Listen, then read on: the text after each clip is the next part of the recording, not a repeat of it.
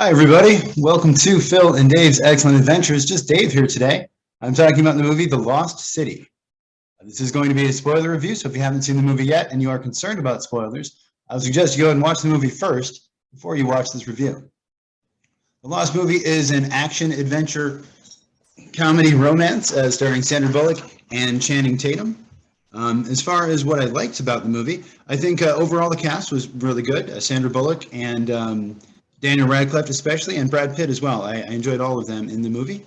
I like that it's about writing. I like to write myself, so anytime you see a movie about a writer, it's interesting, although I always think it's funny when I read a book where the main character is an author, because clearly the author is writing about themselves. At least it seems that way. I think a lot of the humor in this really did work, especially the physical comedy. It made me laugh out loud multiple times, and I heard other people in the theater laugh out loud as well. In particular, there's a motorcycle scene toward the end of the movie that I thought was legitimately really funny and handled really well. As far as what I didn't like about the movie, I think Channing Tatum is pretty good at comedy, and I'm sort of surprised. I'm not a huge fan of his at all. And I think the only thing I've really seen him in is the 21 Jump Street movies, and I do like those. But in general, he's not good at conveying emotion, and he's not a particularly good actor. But he does okay at comedy, especially when he's playing sort of a dumb character. The assistant storyline, I didn't care for too much. Sandra Bullock has this assistant that's sort of chasing after her and trying to save her. She is important to the plot, but anytime they cut to her, I lost interest in the movie. There's a lot of things that they say in this movie that are just common sort of Hollywood myths that they perpetuate that sort of annoys me. One, at some point, Daniel Radcliffe's character chloroforms. Sandra Bullock, yeah, that's not how chloroform works. It's just something people write about. At some point when she gets kidnapped, they call the police and her assistant says, you have to wait 24 hours. That's not a real thing. I wish they would stop saying it. If someone's missing, call the police. You don't have to wait 24 hours. That's something that bad writers say because they need to create suspense and don't know how to do it any other way. Cigars can't ignite gasoline. They're not hot enough. Mythbusters have covered this. And then Brad Pitt, there's a scene at the end. Again, this is a spoiler review. Brad Pitt dies in the movie, which is kind of funny and unexpected, although I didn't expect him to be in the movie, so something had to happen.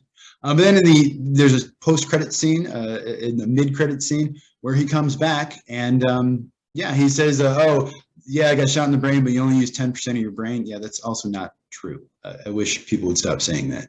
The romance in the movie did not work for me very well. There's not a lot of it. I just didn't really find it very believable. The banter in this movie I thought was okay. I feel like they were kind of trying to go for sometimes that 21 Jump Street kind of awkward humor. And I noticed one of the writers on this was also a writer on that. And sometimes it worked, but often it didn't for me. And a lot of it was like ADR stuff that they seem like they added in after the fact, where they're walking away and then you hear them kind of throw off a line that's supposed to be funny. And Radcliffe's character, as soon as he came on screen, I was excited. I really like Daniel Radcliffe. I'm not a Harry Potter fan, but everything else I've seen him in, I've really enjoyed. He's an interesting actor, but his character was just unbelievable.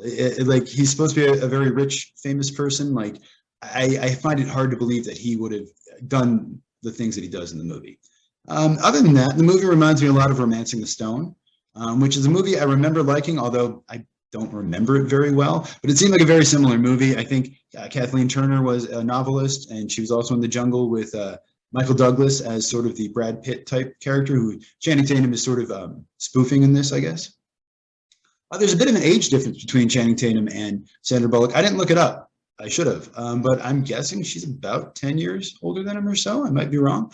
And I think that's interesting because you don't see it very often in Hollywood movies. You see it the other way. You see Tom Cruise or whoever, guy in his 60s dating a 20-year-old, and nobody bats an eye about it. But in this movie, if you do see it with an older woman and a younger man, it's something that's usually talked about. It's a plot line in the movie, like Harold and Maude or something. But in this, no, she's a little older than him. He's a little younger, and that's fine. I like that.